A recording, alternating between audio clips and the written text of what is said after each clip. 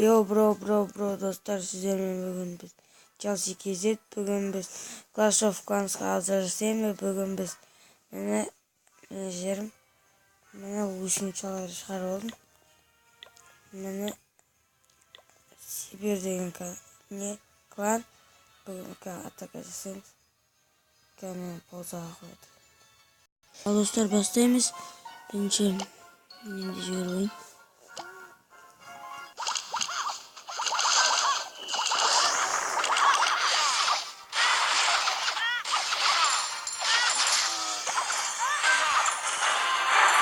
Kıvırdan çıktı.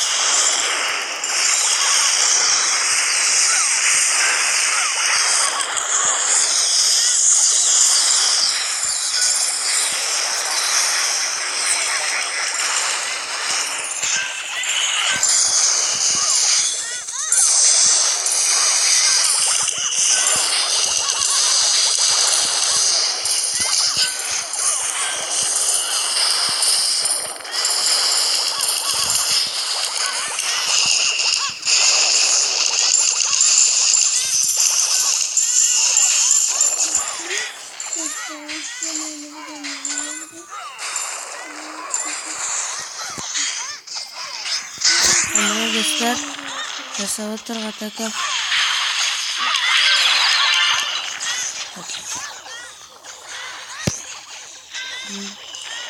Tesla'da adamın işi provatlık biz elektrikleri çalıyor.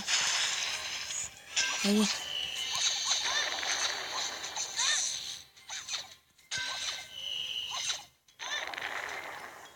arkadaşlar ayaklandı.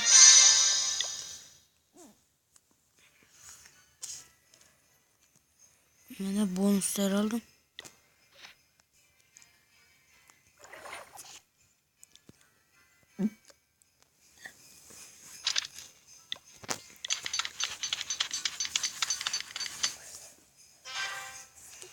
Dostlar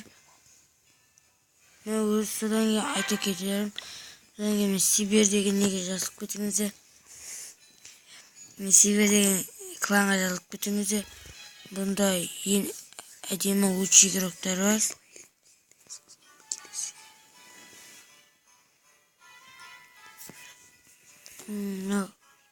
Sizlerge anlatacağım oydan Clash of Clans yazılamızlar. Edeme Memen kıvığa шығып испытание жіберіп менімен бірге ойнаңыздар. Сіздермен болған Chelsea KZ. Сау болыңыздар.